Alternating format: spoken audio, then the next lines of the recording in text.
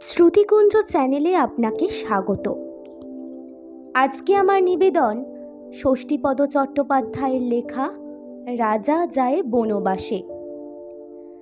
আজ থেকে অনেক অনেক দিন আগেকার কথা।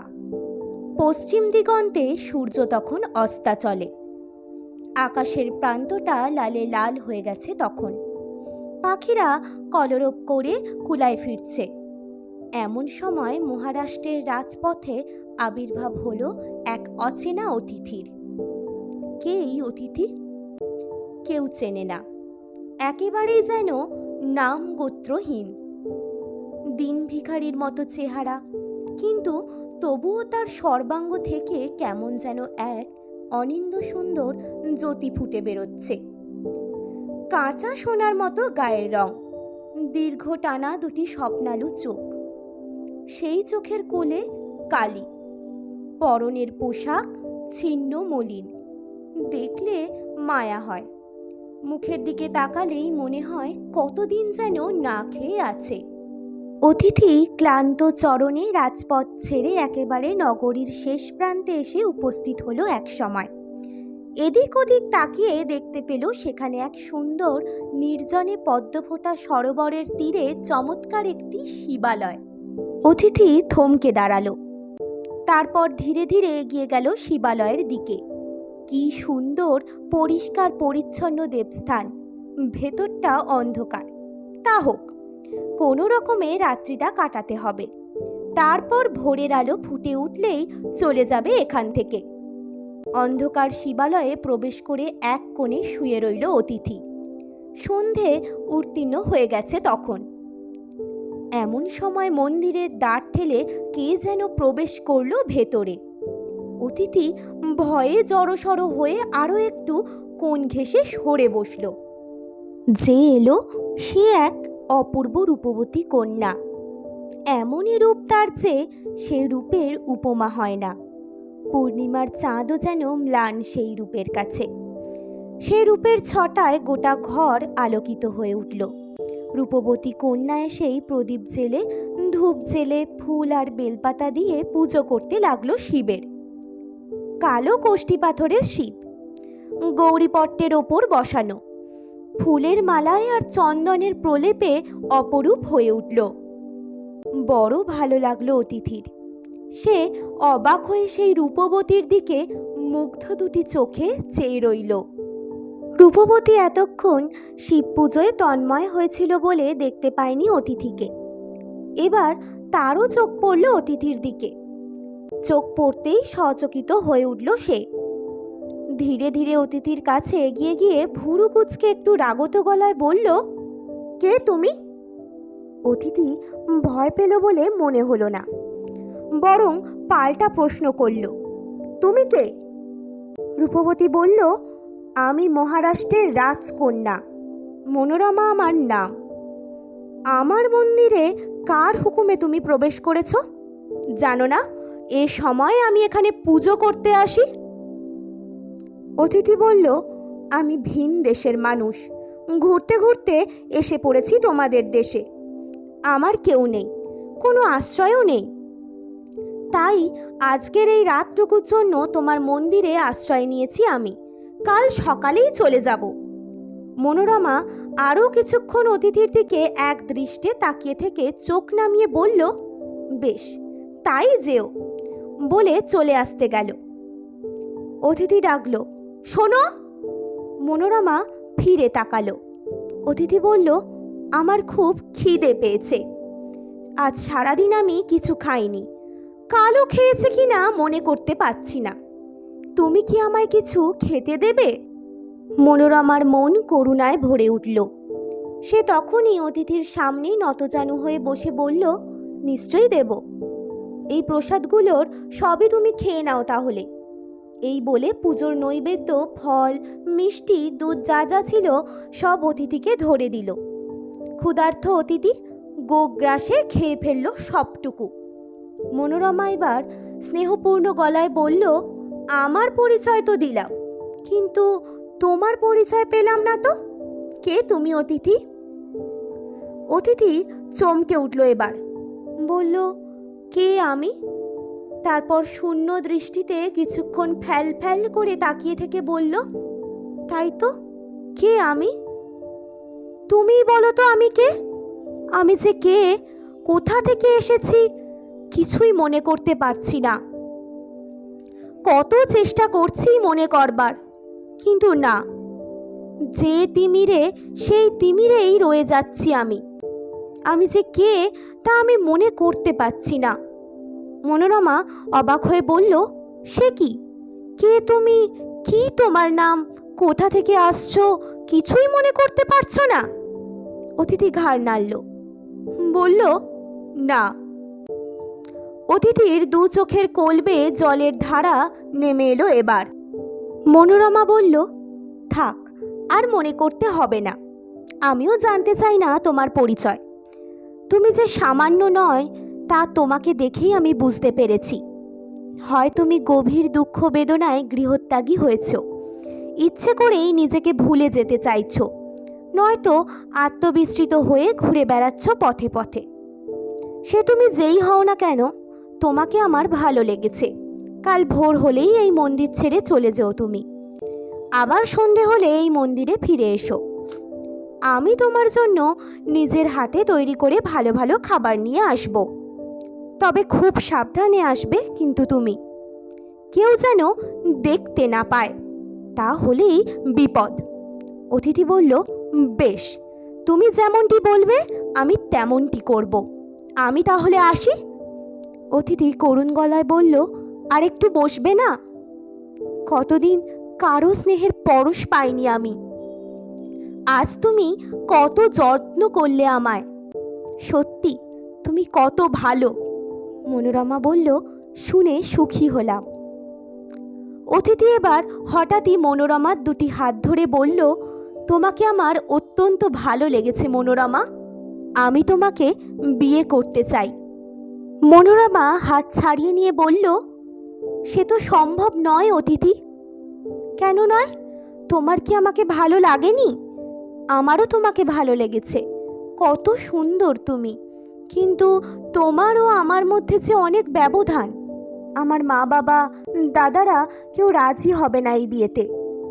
অতিথি বলল, না হোক, তবুও আমি তোমাকেই চাই। তুমি আমাকে বিয়ে করতে রাজি না হলে এই সরোবরের জলে আমি আত্মহত্যা করব। শেষ হয়ে যাক আমার এই অভিশপ্ত জীবন, আর ভালো লাগছে না। মনোরমা বলল, না না, তা করবে কেন? তবে আমাকে একটু ভেবে দেখবার সময় দাও। অতিথি বলল, বেশ, দিলাম, কিন্তু কবে তুমি আমাকে কথা দেবে? মনোরমা বলল, কালই আমি তোমাকে কথা দেব। আজ তাহলে আসি। এসো। মনোরমা চলে গেল। অতিথি অনেকক্ষণ ধরে একভাবে তাকিয়ে রইল ওর চলে যাওয়া পথের দিকে। তারপর প্রদীপের ক্ষীণ লোকে আধো অন্ধকার শিবালয়ে মহারাষ্ট্র ললনা রাজকন্যা মনোরমার চিন্তায় বিভোর হয়ে পরম নিশ্চিন্তে শুয়ে রইল অতিথি। অনেক ভেবেচিন্তে মনোরমা একটা উপায় বার করল। অতিথিকে তার খুবই পছন্দ হয়েছে। হোক না সে দিন ভিখারি, তবুও সে জ্যোতির্ময়। কি আশ্চর্য সুন্দর চেহারা তার, যেন দেবলোক থেকে মর্তে এসেছে কেউ ছলনা করতে। বীর পুরুষের মতো দেহের গঠন, রাজার মতো চাহনি, যে কোনো কারণেই হোক স্মৃতিভ্রষ্ট হয়েছে সে। মনোরমা তাকে সেবা দিয়ে যত্ন দিয়ে ভালো করে তুলবেই, কিন্তু কেমন করে হবে এই বিয়ে? সত্য কথা জানালে অতিথির জীবন সংশয় হবে, আবার পালিয়ে গেলেও দাদারা তন্ন তন্ন করে খুঁজে বের করবে। ফল তাতে আরও খারাপ হবে। মনোরমা তাই অনেক ভেবেচিন্তে একটা উপায় ঠিক করল। দাসীকে বলল, দেখো, আমার খুব বিয়ে করবার ইচ্ছে হয়েছে। তুমি আমার মা বাবাকে গিয়ে চুপি চুপি কথাটা বলে এসো। দাসী তো আহ্লাদে আটখানা হয়ে অন্তঃপুরে রাজা রানীর কাছে কথাটা বলতে চলে গেল। সেই খবর শুনে মহারাজও যার পর নাই খুশি হলেন। সঙ্গে সঙ্গে দাসীকে একটা মোহর বকশিস দিয়ে ছুটে এলেন মেয়ের কাছে। বললেন, তোমার বিয়ে করবার ইচ্ছে হয়েছে শুনে আমি অত্যন্ত খুশি হয়েছি মা। তুমি বড় হয়েছ, এতদিনে এ ব্যবস্থা আমারই করার উচিত ছিল। যাক, সময় না হলে তো কিছুই হয় না। এখন সময় হয়েছে। বলো মা, কোন দেশের রাজপুত্রকে তোমার পছন্দ? আমি তার সঙ্গেই তোমার বিয়ে দেব। মনোরমা বলল, তা আমি বলতে পারবো না বাবা। আমি রাজ অন্তপুরে থাকি, কোনো দেশের রাজপুত্রকেই আমি চোখে দেখিনি। আপনি বরং আমার জন্য স্বয়ংবর সভার আয়োজন করুন, আমি সেখানেই আমার মনোমতো পতি নির্বাচন করব। মহারাজা বললেন, তাই হবে মা, তাই হবে। বলেই তার 20 জন রাজপুত্রকে ডেকে পাঠালেন। রাজপুত্ররা সকলেই এসে জোড়হাত করে দাঁড়ালো। কেউ ভেবেই পেল না পিতার এই হঠাৎ তলব কেন। মহারাজ বললেন, আমি রাজকন্যা মনোরমার বিবাহ দিতে চাই। তোমরা শিগগির তার স্বয়ংবর সভার আয়োজন করো। মনোরমা আমার বড় আদরের ছোট মেয়ে, কাজেই জাঁকজমকের কোনো রকম ত্রুটি যেন না হয়। যাও, ভাটেদের মুখ দিয়ে দেশে দেশে খবর পাঠাও। ভিন দেশের রাজা মহারাজাদের পত্র দাও। রাজপুত্ররা বলল, যথা আজ্ঞা মহারাজ। রাজকন্যা মনোরমা আমাদের ছোট বোন, কাজেই এ ব্যাপারে আপনি একদম নিশ্চিন্ত থাকুন। তার বিয়ের ব্যাপারে এতটুকু খুঁত আমরা রাখব না, কেননা এতে আমাদেরও মর্যাদার ব্যাপার আছে। রাজা দেশে পত্র নিয়ে ভাটাগণ তখনই চলে গেল দেশে দেশে। অঙ্গ, বঙ্গ, কলিঙ্গ, কর্ণাটক, সৌরাষ্ট্র, কাণ্ডকুব্জ, মারোয়ার, কাঞ্চিপুর, মথুরা, মগধ, গৌড়, ভোজ, নেপাল সব দেশেই খবর গেল। বিবাহের দিন স্থির হলো। পরদিন সন্ধ্যায় মনোরমা আবার গেল মন্দিরে। নিজে হাতে অতিথিকে স্নান করিয়ে খাবার খাইয়ে সব কথা বলল। এও বলল, আজ থেকে 3 দিন বাদে আমার বিয়ে। আমার ইচ্ছাতেই বাবা আমার জন্য স্বয়ংবর সভার আয়োজন করেছেন। গোধূলি লগ্নের সেই সভায় তুমি যেও। আমি সবার সামনে তোমার গলাতেই মালা দেব। অতিথি অবাক হয়ে চেয়ে রইল মনোরমার মুখের দিকে। না, এ মুখ পরিহাস করছে না। মনোরমার কাজল কালো দুটি সরল চোখ বলে দিচ্ছে অতিথিকে বরণ সে করবেই। মনোরমার অকপট ও উদার সম্মতিতে অতিথির মন আনন্দে পরিপূর্ণ হয়ে উঠল। 3 দিন ধরে সে অধীর আগ্রহে প্রতীক্ষা করতে লাগলো সেই শুভ লগ্নটির আশায়, যে লগ্নে মনোরমা তার গলায় বরমাল্য পরিয়ে দেবে। রাজকন্যা মনোরমার স্বয়ংবর সভা যথাচিতভাবেই হলো। সে কি মহা ধুমধাম! খবর পেয়ে দেশ দেশান্তরের রাজারা সবাই এসে উপস্থিত হলেন। সানাই বাজল, রসুন চৌকি বসল, আরও কত কি হলো।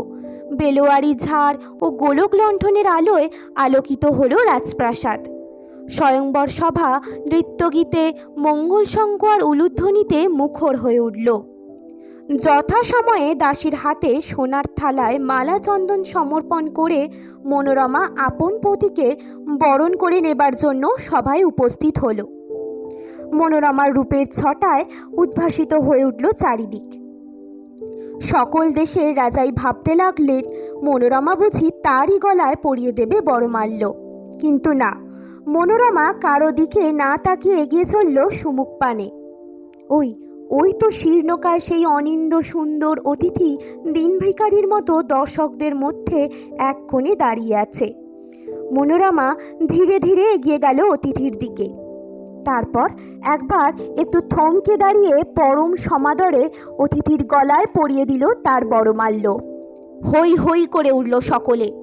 চারদিক থেকে ধিক্কার আসতে লাগলো। সে এক প্রচণ্ড কোলাহল। মহারাজ তো মাথায় হাত দিয়ে বসলেন। রাজার 21 জামাইয়ের মাথা হেঁট হয়ে গেল। রাজপুত্ররা তরবারি উঁচিয়ে কেটে ফেলতে গেল কনিষ্ঠা ভগিনীকে। মহারাজা বললেন, না, ও কাজ করো না, নারী হত্যা মহাপাপ। রাজপুত্ররা বলল, এমন বোনের মুখ দেখতে চাই না আমরা, ও এখনই দূর হয়ে যাক। নিমন্ত্রিত রাজারা বললেন, এই কন্যার জামাতাকে যদি মহারাষ্ট্ররাজ মেনে নেন তবে আজ থেকে তিনি সব রাজ্যের রাজাদের কাছেই পতিত হবেন। এমনকি আমরা এই রাজ্যের জলস্পর্শ করব না কেউ। আতিথ্য গ্রহণ তো দূরের কথা। মনোরমা কিন্তু নির্বিকার। অতিথিপতির হাত ধরে সভার মাঝখানে সকলের সামনে দাঁড়িয়ে বলল, স্বয়ংবর সভার নিয়ম অনুযায়ী আমার মনোমতো পতিকে আমি নির্বাচন করেছি। এতে কার কি আসে যায়? আমি যা করেছি তা ভেবেচিন্তেই করেছি, এর অন্যথা হবে না। আমার পছন্দ মতো পাত্রের গলায় মালা দিয়ে আমি যদি খুবই অন্যায় করে থাকি, তাহলে আমি এই মুহূর্তে রাজ্যপুরী ত্যাগ করে চলে যাচ্ছি। মহারাজ বললেন, হ্যাঁ তাই যাও, আমাদের চোখের সামনে থেকে দূর হয়ে বনে গিয়ে জন্তু জানোয়ারের সঙ্গে বাস করো তুমি। মনোরমা বলল, তাই যাব। মানুষের চেয়ে জন্তু জানোয়ারেরা অনেক ভালো। তোমরা মনে করবে আমি মরে গেছি। এই বলে মনোরমা নিজের গা থেকে সমস্ত অলংকার খুলে রেখে বাবা মা ও দাদাদের প্রণাম করে অতিথি স্বামীর হাত ধরে বনবাসে চলল। সবাই বলল, পাপ বিদেয় হলো। মহারাজ মুখে অপ্রিয় কথা বললেও আদরের কন্যার জন্য তার মনের ভেতরটা হাহাকার করে উঠল। রানীও চোখের জল আঁচলে মুছে নীরবে কাঁদতে লাগলেন। রাজপুরী থেকে দূরে বনের মধ্যে স্বর্ণমতী নদীর তীরে পর্ণকুটিরে রাজকন্যা মনোরমা অতিথি স্বামীর সঙ্গে তার সুখের ঘর বাঁধল। সুখের ঘরেও দুঃখ থাকে, তাই অন্ন বস্ত্রহীন হয়ে কিছুদিনের মধ্যেই মনোরমার শরীর ভেঙে পড়ল। তার সেই অনন্য রূপরাশি মলিন হয়ে ফুলের পাপড়ির মতো ঝরে পড়ল। পতি সুখে সুখী মনোরমা তবুও কিন্তু নিজের ভাগ্যকে দোষারোপ করল না। নদীর স্রোতের মতো ভেসে চলল দিন। একদিন সেই বনে মহারাষ্ট্রের রাজপুত্ররা এলো মৃগয়া করতে। বন তোলপাড় করে বনের যত হরিণ মেরে স্তূপাকার করতে লাগলো। মনোরমা তখন বনে বনে ঘুরে কাঠ কুড়োচ্ছিল। ভীত সন্ত্রস্ত হরিণের ছুটোছুটি দেখে শিকারীদের দেখতে গিয়েই সে দেখতে পেল দাদাদের। একবার মনে হলো দাদাদের কাছে ছুটে যায়, আবার মনে হলো না থাক, কি দরকার। যদি ওরা ওকে দেখতে পেয়ে দূর দূর করে তাড়িয়ে দেয়, তখন আর সহ্য করতে পারবে না। তার চেয়ে যেমন চোখের আড়ালে আছে তেমনই থাকবে সে। তাই দেখা পেয়েও দাদাদের সামনে গেল না, বরং তারা যাতে ওকে দেখতে না পায় তাই নিচে গা ঢাকা দিয়ে পালিয়ে এলো সেখান থেকে। মনোরমার অতিথি স্বামী একটা গাছের গুঁড়িতে ঠেস দিয়ে বসেছিল। মনোরমাকে তাড়াতাড়ি ফিরে আসতে দেখে বলল, কি হলো, তুমি এরই মধ্যে ফিরে এলে যে? মনোরমা অল্প দুটি কাঠের বোঝা নামিয়ে রাখতে রাখতে বলল, আমার দাদারা আজ এই বনে মৃগয়া করতে এসেছে, তাই তারা যাতে আমাকে দেখতে না পায় বা চিনতে না পারে সেই জন্যই চলে এসেছি আমি। কেন, তোমার দাদারা তোমাকে দেখতে পেলে কি কেটে ফেলতো? তা হয়তো ফেলতো না, তবু আমি চাই না ওদের মুখ দেখতে। মনোরমার আত্মবিস্তৃত স্বামীর পাণ্ডু মুখে একটু হাসি ফুটে উঠল তখন। বেশ কিছুক্ষণ চুপ করে বসে থেকে বলল সে, একবার যাও না তোমাদের দাদাদের কাছে। মনোরমা অবাক হয়ে বলল, কেন?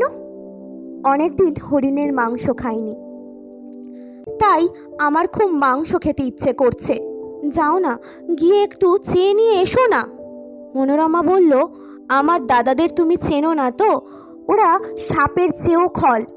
মাংস তো ওরা দেবেই না, উল্টে অপমান করে তাড়িয়ে দেবে। কিন্তু আমার যে খুব খেতে ইচ্ছে করছে। মনোরমার চোখে জল এলো স্বামীর কথা শুনে।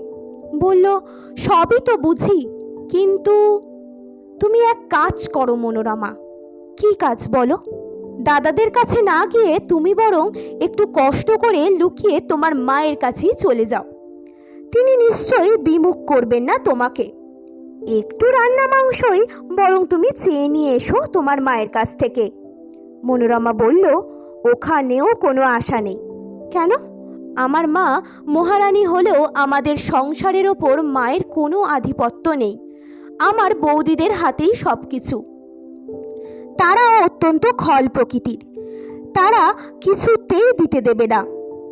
তবু একবার গিয়ে দেখো না তুমি। মনোরমা কি আর করে, স্বামীর একান্ত অনুরোধ এড়াতে না পেরে গোপনে সে বাপের বাড়ির দিকে চলল। দীর্ঘ পথ পার হয়ে যখন সে বাপের বাড়িতে প্রবেশ করল, তখন তার চেহারা ও বেশবাস দেখে দিদিরা তো কেঁদেই অস্থির। মহারানীও মনোরমাকে বুকে জড়িয়ে ধরে কাঁদতে লাগলেন খুব। বললেন, এ কি দশা হয়েছে মা তোর? নিজের সর্বনাশ তুই এমনভাবে কেন করলি? মনোরমা বলল, না মা, সর্বনাশ আমি করিনি। যার গলায় আমি মালা দিয়েছি সে যে লোক নয়। আমার মনে হয় সে নিশ্চয়ই কোনো ক্ষমতা সম্পন্ন রাজা। স্মৃতি হারিয়ে এরকম হয়ে গেছে সে। তাকে পেয়ে আমি অত্যন্ত সুখী। মহারানী বলল, এই কি সুখের চিহ্ন মা? মনোরমা কিছুক্ষণ নীরবে দাঁড়িয়ে রইল। তারপর বলল, যাক, আমি যে জন্য তোমার কাছে এসেছি সেই কথাই বলি। দাদারা আজ বনে গিয়েছিল মৃগয়া করতে। আমার স্বামীর খুব মাংস খেতে ইচ্ছে করেছে। তুমি একটু রান্না মাংস আমাকে দেবে? শুনে মহারানী বললেন, সামান্য একটু মাংস নিয়ে যাবি, এ আর এমন কি কথা?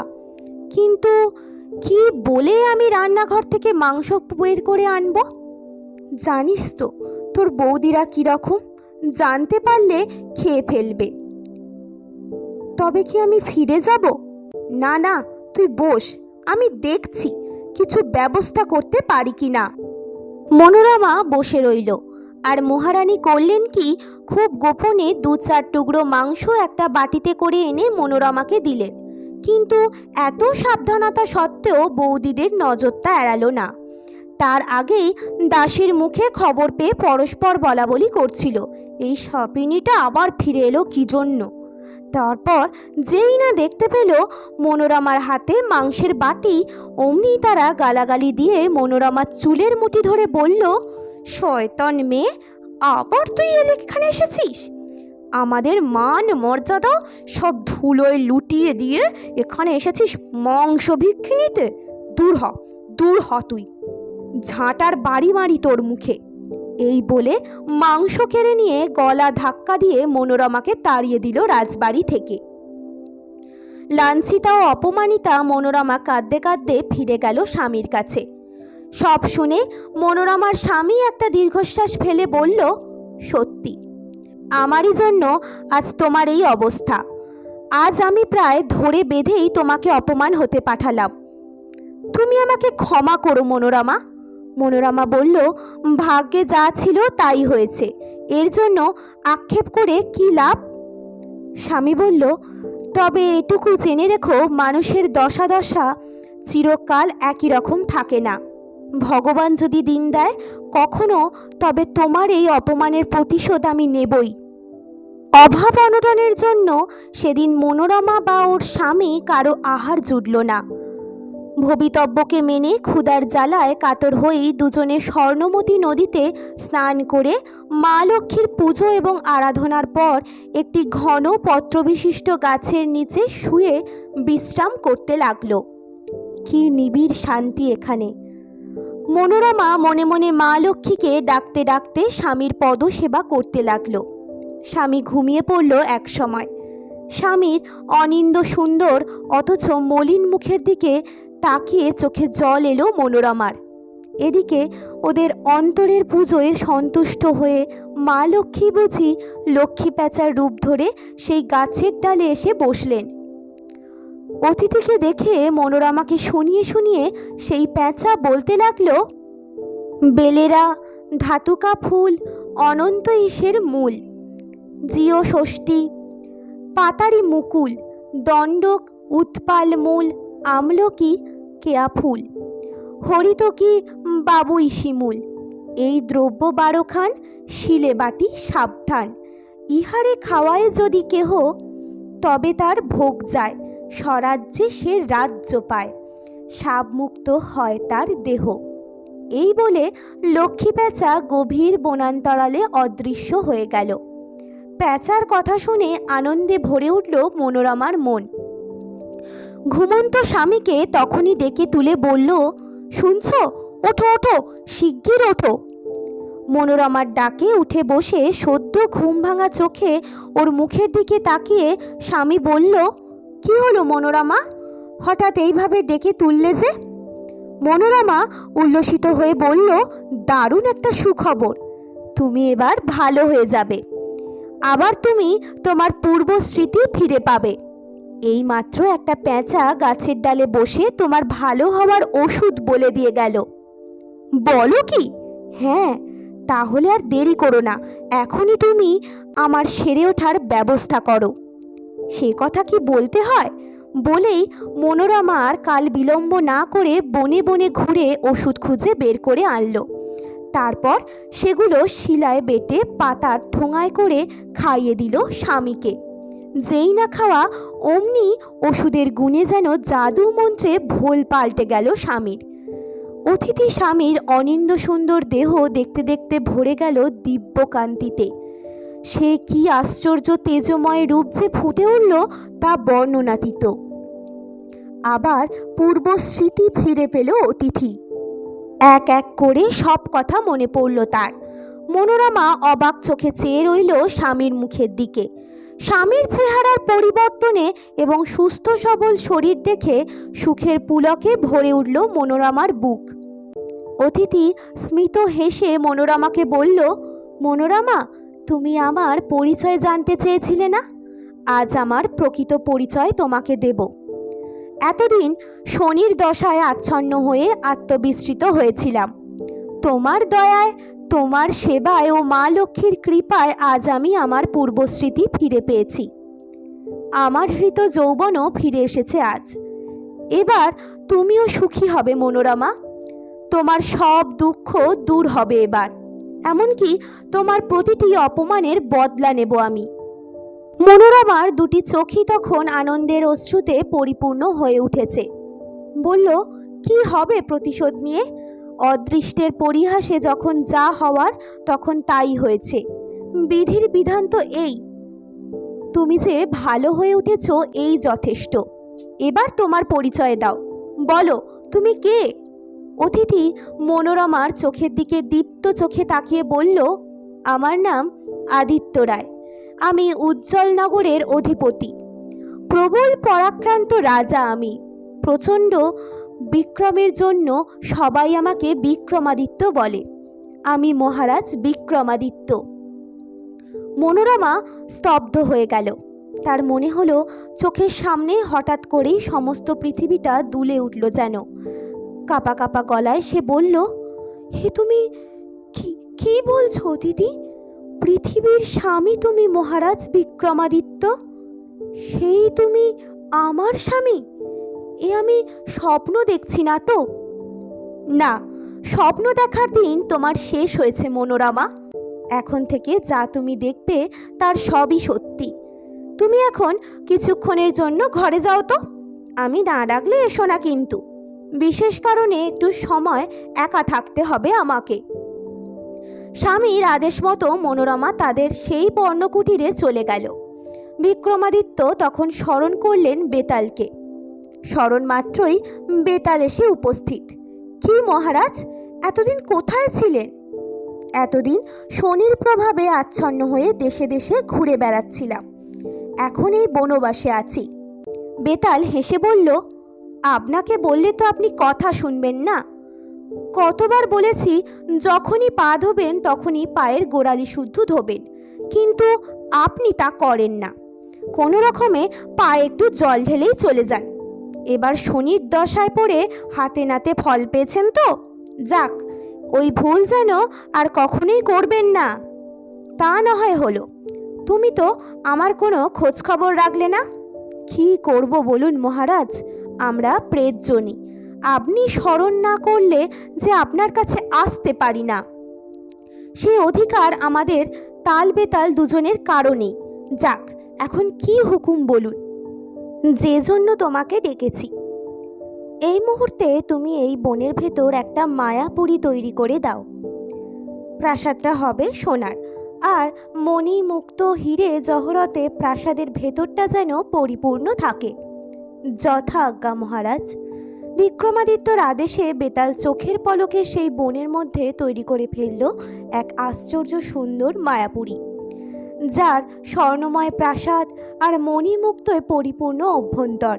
প্রাসাদ তৈরি করে বেতাল বলল, আর কি করতে হবে বলুন?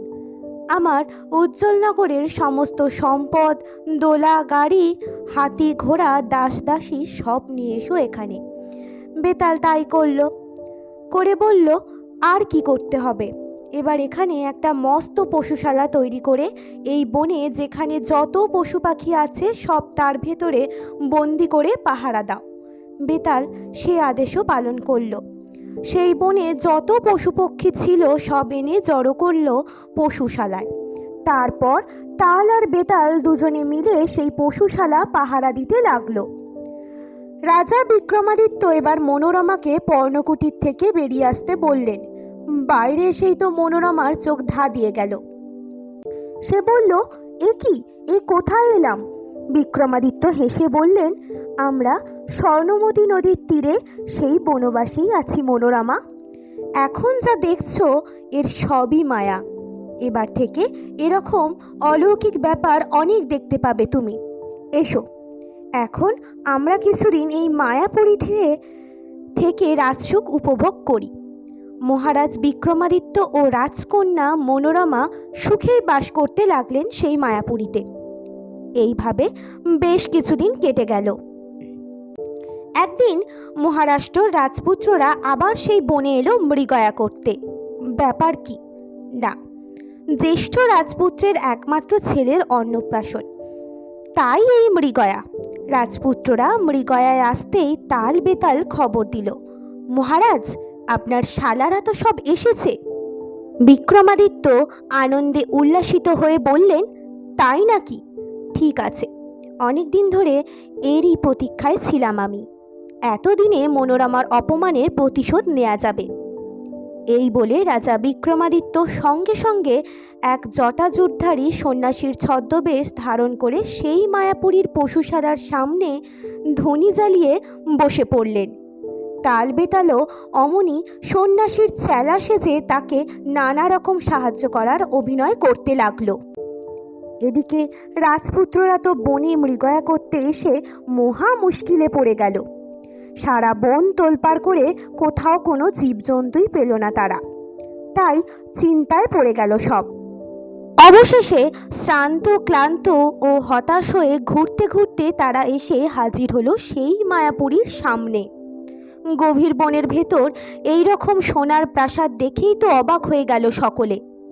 তার উপর মায়াপুরীর পশুশালায় সমস্ত বন্দী পশু পক্ষী এবং প্রাসাদের সামনে এক দিব্যকান্তি সন্ন্যাসীকে দেখে বিস্ময়ের অবধি রইল না আর। জ্যেষ্ঠ রাজপুত্র বলল, এ কি আজব ব্যাপার রে ভাই, এই বনে আমরা এতদিন আসছি যাচ্ছি, কিন্তু এমন প্রাসাদ তো কখনো দেখিনি। তার উপর সোনার প্রাসাদ, এও কি সম্ভব? অপর এক রাজপুত্র বলল, সেই অসম্ভবই তো সম্ভব হয়েছে। নিশ্চয়ই আমরা ভূতের পাল্লায় পড়েছি, আজ আর আমাদের নিস্তার নেই। একজন বলল, ভূত ও সব বাজে, আমার মনে হয় এসব এই সন্ন্যাসীরই মায়াবিদ্যার প্রভাবে হয়েছে। ঠিক বলেছিস, এজন সামান্য নয়, এই অসম্ভব কাণ্ড ইনিই ঘটিয়েছেন। না হলে একবার পশুশালাটার দিকে তাকিয়ে দেখ, বনের সব পশু পক্ষী এখানে বন্দী হয়ে আছে। তাই আমরা বন তোলপাড় করলেও শিকার পাবো কোথায়? একটা চড়ুই পাখি পর্যন্ত বাইরে নেই রে ভাই। হে কি মায়া! তাহলে এখন উপায়? অনুসন্ধান। আগে ব্যাপারটা কি ভালো করে খোঁজ নিয়ে দেখা যাক। ওসব দেখা দেখির ব্যাপারে আমরা নেই। প্রথমে ভালো কথায় বলবো সব পশু পক্ষীদের মুক্ত করে দিলে ভালো, না দিলে অন্য ব্যবস্থা। কেটে কুচিয়ে ফেলবো ব্যাটাকে। জ্যেষ্ঠ রাজপুত্র বলল, তোদের যেমন মাথা খারাপ, ইনি কি জাতা লোক যে কেটে ফেলবো মনে করলেই কেটে ফেলবি? বেশি তেজ দেখালে উনিই হয়তো আমাদের গরু ছাগল বানিয়ে ছেড়ে দেবেন, হয়তো বা পাশানি করে দেবেন আমাদের। তখন কি হবে? অন্য রাজপুত্ররা বুঝল দাদা ঠিকই বলছে কথাটা। বলল, তাহলে যা ভালো বোঝো তাই করো, আয় তোরা আমার সঙ্গে। রাজপুত্ররা সকলেই তখন একজোট হয়ে সন্ন্যাসীর কাছে গেল। তারপর যেন ভক্তিতে একেবারে গদ এমন ভাব দেখিয়ে পায়ের ধুলো মাথায় নিল। ছদ্মবেশী বিক্রমাদিত্য আর চোখে একবার সকলের দিকে তাকিয়ে গম্ভীর গলায় বললেন, তোমরা কারা? আগে আমরা এই দেশের রাজপুত্র। কি চাই তোমাদের? রাজপুত্ররা হাত জোড় করে বলল, আপনার কৃপা। এই বনে আমরা মৃগয়া করতে এসেছিলাম, কিন্তু শিকার না পেয়ে হতাশ হয়ে পড়েছি। এখন দেখছি আমাদের সমস্ত শিকার আপনার এখানে বন্দি। তাছাড়া এই যে সোনার প্রাসাদ, এও তো এখানে কখনো দেখিনি আমরা। এ নিশ্চয়ই আপনিই করিয়েছেন। যথার্থই, এই রকম প্রাসাদ আমার কয়েক লক্ষ আছে। আমি তীর্থে তীর্থে ঘুরে বেড়াই, যেখানে যাই সেখানেই এই রকম একটা প্রাসাদ আমি তৈরি করাই। আজ আর কাল এই দুদিন আমি এখানেই আছি, পরশু চলে যাব। বনে বনে ঘুরে যত জীবজন্তু পেয়েছি সব আমি বন্দি করে রেখেছি, আমার অম্বিকা মায়ের কাছে বলি দেব বলে। রাজপুত্ররা বলল, যোগীবর, আপনি অসাধারণ, তাতে কোনো সন্দেহ নেই। আমরা সশস্ত্র যা পারি না, আপনি বিনা অস্ত্রে তা করেছেন। আপনার এমনই মহিমা। না হলে এই সব হিংস্র জন্তুদের বশ করে বাঘে মৃগে এক ঠাই রাখা কি যে সে লোকের কাজ? ছদ্মবেশী বিক্রমাদিত্য হেসে বললেন, আমার অসাধ্য কিছুই নেই হে। তা আমার কাছে তোমরা কি জন্য এসেছো সেটাই এবার বলো শুনি। আমরা আপনার কাছে ভিক্ষে চাইতে এসেছি। আমার কাছে ভিক্ষে? হ্যাঁ, আপনি দয়া করে একটি হরিণ অন্তত আমাদের ভিক্ষে দিন। কাল আমাদের বড় দাদার একমাত্র ছেলের অন্নপ্রাশন। কিছু লোকজনকে নিমন্ত্রণ করেছি, 10-12টার প্রয়োজন ছিল, তা একটিতেই করে নেব কোনো রকমে। মাত্র একটি হরিণ, কি হবে তাতে? ওতেই হবে, কেননা আমাদের ছোট বোনের বিয়েতে প্রচুর খরচ খরচা হয়ে গেছে, তাই বেশি লোককে নিমন্ত্রণ করতে পারিনি এবার। বিক্রমাদিত্য মনে মনে হেসে বললেন, কতদিন আগে বিয়ে হয়েছে তোমাদের ছোট বোনের? বেশি দিন নয়। সে হতচ্ছাড়ি এক অজ্ঞাত কুলশীল ভিখিরির গলায় মালা দিয়ে বনবাসী হয়েছে। যাক সে কথা, এখন আপনি একটু দয়া না করলে যে মান থাকে না প্রভু। বিক্রমাদিত্য বললেন, সবই বুঝলাম, কিন্তু অম্বিকা মায়ের নামে উৎসর্গ করা বলির পশু তো আমি তোমাদের দিতে পারবো না ভায়া। রাজপুত্ররা পায়ে ধরে বলল, আপনাকে দিতেই হবে প্রভু। বিক্রমাদিত্য আকাশের দিকে তাকিয়ে একবার কি যেন ভাবলেন, তারপর বললেন, দিতে পারি, কিন্তু একটি মাত্র শর্তে। কি সে শর্ত বলুন? আমার কাছে তোমাদের প্রত্যেককে দাসত্ব স্বীকার করতে হবে। রাজপুত্ররা এবার একটু ফ্যাসাদে পড়ল। এ কি অন্যায় প্রস্তাব!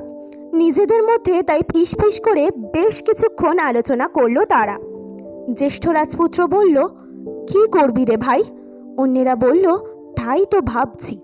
এক ভাই বলল, এতে ভাবাভাবির কিছু নেই, হরিণ একটা না পেলেই নয়। কনিষ্ঠ রাজপুত্র বলল, আমার মনে হয় এই দুঃসময়ে এর কাছে দাসত্ব স্বীকার করে নেয়াই ভালো। এই বনের ভেতর কে কি করলাম কেউ তো জানতে পারছে না। তাছাড়া এরকম একজন অলৌকিক ক্ষমতা সম্পন্ন সন্ন্যাসীর কাছে দাসত্ব স্বীকার করতে লজ্জাই বাকি। জ্যেষ্ঠ রাজপুত্র বিক্রমাদিত্যকে বলল, আমরা এই মুহূর্তে সকলেই একমত হয়ে আপনার কাছে দাসত্ব স্বীকার করলাম প্রভু। বিক্রমাদিত্য হেসে বললেন, শুধু স্বীকার করলেই তো হবে না, বলে একটা কড়াওয়ালা লোহার চিমটে দেখিয়ে বললেন, এই দেখ চিমটা আমার, ইহাতে আছে কড়া দেহচ লোহার, পোড়াইয়া অঙ্গে দাগ দিব সবাকার, ইহাতে পারহ আইস করিয়া শিকার। রাজপুত্রদের মুক্ত চুন। দাসত্ব না হয় স্বীকার করা গেল, কিন্তু অঙ্গে কড়া পোড়া দাগ কি করে ধারণ করা যায়? অথচ উপায়ও নেই। সন্ন্যাসীর প্রস্তাবে রাজি না হলে উনি হরিণ দেবেনই না। রাজপুত্ররা আবার নিজেদের মধ্যে আলোচনা করতে লাগলো। অবশেষে ঠিক করলো, সন্ন্যাসী যখন এখানে থাকবেনই না, দুদিন বাদে চলে যাবেন, তখন কে আর দেখতে যাচ্ছে এই বনের ভেতর কি হলো না হলো। তার ওপর দাগও যখন পোশাকে ঢাকা থাকবে, তখন দাগ নিতে আপত্তি কি?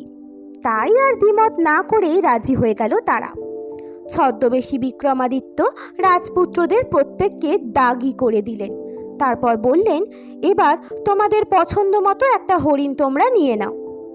জ্যেষ্ঠ রাজপুত্র নিজেই একটি হরিণ পছন্দ করে নিল। তারপর সন্ন্যাসীকে প্রণাম করে বিদায় নিল সকলে। রাজপুত্ররা চলে যেতেই বিক্রমাদিত্য ছদ্মবেশ ত্যাগ করে মনোরমার কাছে গিয়ে বললেন, কাল তোমার দাদার ছেলের অন্নপ্রাশন, তুমি তৈরি হয়ে নাও, তোমাকে যেতে হবে। মনোরমা বলল, না, ওখানে আমি কিছুতেই যাব না, যেতেই হবে তোমাকে। না না না। বিক্রমাদিত্য এবার মনোরমাকে বুঝিয়ে বললেন, না গেলে চলবে না মনোরমা, এর মধ্যে যে আমার একটা উদ্দেশ্য আছে। না হলে এত অপমানের পরও তোমাকে কখনো সেখানে যেতে বলি? তুমি না গেলে আমার সব চাল ভেস্তে যাবে। কিন্তু এর মধ্যে কোনো কিন্তু নেই, তোমার অপমানের প্রতিশোধ নিতে হবে না? তুমি একবার গিয়ে দেখিয়ে আসবে না তুমি কি ছিলে আর কি হয়েছ? এই প্রতিশোধ নেব বলেই তো এই বনের মধ্যে মায়াপুরী স্থাপন করে এতদিন রইলাম। আমার উদ্দেশ্য সিদ্ধ হলেই এখান থেকে চলে যাব আমরা।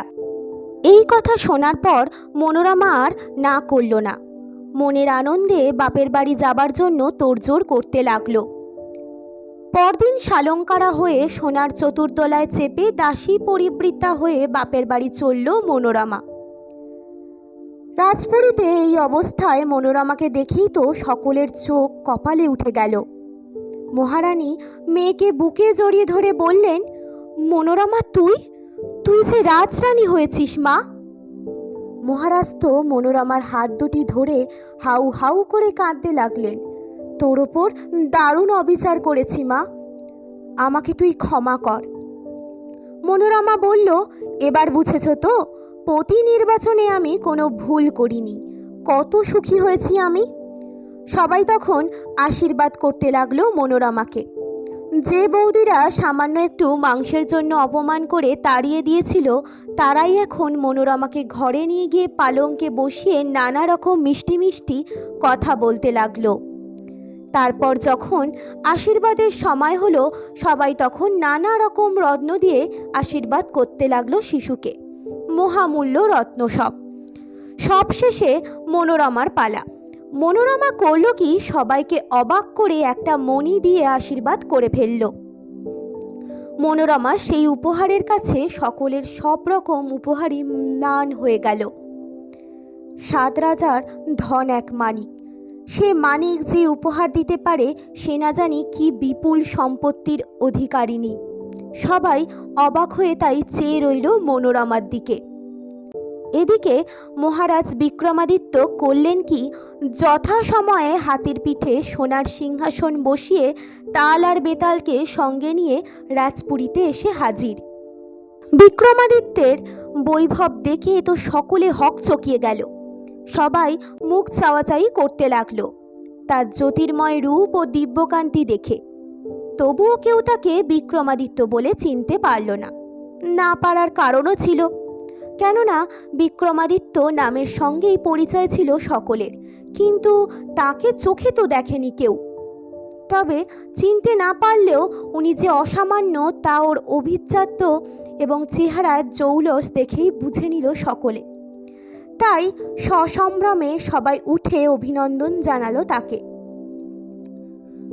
মহারাষ্ট্ররাজ নিজেও সিংহাসন ছেড়ে উঠে দাঁড়িয়ে সেই সিংহাসনে বসতে দিলেন আগন্তুক রাজাকে। বিক্রমাদিত্য আসন গ্রহণ করলেন। মহারাষ্ট্ররাজ বললেন, কে আপনি রাজাধিরাজ, এখানে কি জন্য এসেছেন? বিক্রমাদিত্য এদিক ওদিক তাকিয়ে গম্ভীর গলায় বললেন, আমি এসেছি আমার ভৃত্য অন্বেষণে, কিন্তু কোথাও তাদের দেখা পাচ্ছি না। আপনার এই সভায় তাদের কয়েকজন রয়েছে দেখছি। আমার সভায় আপনার ভৃত্য? এ কি বলছেন আপনি? এখানে আমার ছেলেরা এবং অতিথি রাজাগণ ছাড়া আর কেউ তো নেই। বিক্রমাদিত্য বললেন, আছে আছে, এখানেই আছে তারা। আমন্ত্রিত রাজারা নিজেদের মধ্যে বলাবলি করতে লাগলো, কি আশ্চর্য ব্যাপার, উনি যেরকম বীর দর্পে বলছেন তাতে উনি যে মিথ্যে বলছেন না তা বোঝাই যাচ্ছে। বিক্রমাদিত্য তখন সেই 20 জন রাজপুত্রের দিকে আঙুল দেখিয়ে বললেন, ওই দেখুন আমার ভৃত্যরা। তাল বেতাল অনুচরের ছদ্মবেশে বিক্রমাদিত্যের সঙ্গেই ছিল। তারা তখনই টেনে আনলো রাজপুত্রদের। বিক্রমাদিত্য বললেন, এরাই আমার ভৃত্য। মহারাজ বললেন, অসম্ভব, এরা আমার পুত্র, আপনি ভুল করছেন। সবাই তখন সূচ পড়লেও শব্দ হবে বুঝি। বিক্রমাদিত্য বললেন, ভুল আমি করি না, আমার ভৃত্যদের আমি চিহ্নিত করে রাখি। এদের পোশাক সরিয়ে দেখুন আমার দেওয়া কোনো চিহ্ন ওদের শরীরে আছে কিনা। বিক্রমাদিত্যের আদেশে তাল বেতাল সকলের সামনে রাজপুত্রদের পোশাক সরিয়ে সেই দাগ দেখিয়ে দিল সকলকে। মহারাষ্ট্ররাজ নিজেও দেখলেন। তিনি বিস্মিত হয়ে পুত্রদের জিজ্ঞেস করলেন, এ কি সত্য? রাজপুত্ররা বলল, না বাবা, ইনি মিথ্যে কথা বলছেন। আমরা মৃগয়া করতে গিয়ে বনের ভেতর এক জায়গায় পড়ে যাই, সেখানে টিকের আগুনে পুড়ে গিয়ে এই দাগ হয়েছে। বিক্রমাদিত্য হো হো করে হেসে উঠে বললেন, তাহলেই বুঝুন মহারাজ, আপনার ছেলেরা কিরকম সত্যি কথা বলছে। টিকের আগুনে পুড়ে কখনো সকলের একই সাথে একই জায়গায় একই মাপের দাগ হয় না, অত বড় টিকে হয়। এই দাগের মাপ আমার কাছে আছে, এই দেখুন, বলেই সেই চিমটেটা বের করে মহারাজকে দেখিয়ে দিলেন। তারপর বললেন, এবার আপনি নিজে মেপে দেখুন এই চিমটের কড়ার মাপে ওই দাগ মিলছে কিনা। মহারাষ্ট্ররাজ সঙ্গে সঙ্গে সেই দাগ মিলিয়ে দেখলেন, একেবারে মাপে মাপে মিলে গেল। বললেন, কি করে এই অসম্ভব সম্ভব হলো তা তো আমি কিছুতেই বুঝে উঠতে পারছি না। কে আপনি? বিক্রমাদিত্য বললেন, আমি আপনার কনিষ্ঠ জামাতা। মহারাষ্ট্ররাজ অবাক হয়ে বললেন, আপনি সেই দীন দরিদ্র অতিথি? হ্যাঁ, আমি মহারাজ বিক্রমাদিত্য। শনির দশায় আচ্ছন্ন হয়ে স্মৃতিভ্রষ্ট হয়ে ঘুরে বেড়াচ্ছিলাম দীন দরিদ্রের বেশে। ঘুরতে ঘুরতে আপনার রাজ্যে এসে শিবালয়ে আশ্রয় নিই। সেখানে আপনার কন্যা মনোরমার সঙ্গে আমার পরিচয় হয়। তারপরের ঘটনা তো আপনি জানেন, কিন্তু যে ঘটনার কথা আপনি জানেন না সেই ঘটনার কথাই খুলে বলি এবার। বলে রাজপুত্রদের মৃগয়া করতে যাওয়ার সময় থেকে একটু মাংসের জন্য মনোরমার লাঞ্ছনা পর্যন্ত সব বিস্তারে সব কথা খুলে বললেন বিক্রমাদিত্য। তারপর কিভাবে তিনি স্মৃতি হারিয়ে ফিরে পেলেন তাও বললেন। বললেন, সেই থেকে আমি প্রতিশোধ নেবার জন্য ছটপট করছিলাম। তাল বেতালের সাহায্যে বনের মধ্যে মায়াপুরী নির্মাণ করিয়ে বনের সমস্ত পশু পক্ষী আমার পশুশালায় বন্দি করে সন্ন্যাসীর ছদ্মবেশে আমি বসেছিলাম। এমন সময় আপনার পুত্ররা মৃগয়া করতে গিয়ে শিকার না পেয়ে হতাশ হয়ে আমার কাছে হরিণ ভিক্ষা চায়। আমি তখন তাদের প্রত্যেককে আমার দাসত্ব স্বীকার করিয়ে তাদের অঙ্গে কড়া কড়া দাগ দিয়ে চিহ্নিত করে রাখি মনোরমার অপমানের প্রতিশোধ নেব বলে। এতদিনে প্রতিশোধ নিলাম। মহারাষ্ট্ররাজ জোড়হাত করে বললেন, আমাদের অপরাধ ক্ষমা করুন মহারাজ, আমি সকলের হয়ে আপনার কাছে মার্জনা চেয়ে নিচ্ছি। বিক্রমাদিত্য বললেন, আপনাদের অপরাধের ক্ষমা হয় না যদিও, তবুও সকলকেই আমি ক্ষমা করলাম। রাজসভায় যেখানে যত রাজা ছিলেন সকলেই সসম্ভ্রমে যে যার আসন ছেড়ে উঠে দাঁড়িয়ে জয়ধ্বনি করলেন। এবার জয় মহারাজ বিক্রমাদিত্যের জয়। বিক্রমাদিত্য তাল বেতালকে ডেকে বললেন, আর কেন, এবার তাহলে স্বরাজ্যে ফেরা যাক। তাল বেতাল বলল, যথা আজ্ঞা। বিক্রমাদিত্য তখনই মনোরমাকে নিয়ে চলে গেলেন উজ্জ্বলনগরে। উজ্জ্বলনগরের প্রজারা দীর্ঘদিন বাদে বিক্রমাদিত্যকে ফিরে পেয়ে আনন্দে আত্মহারা হয়ে গেল।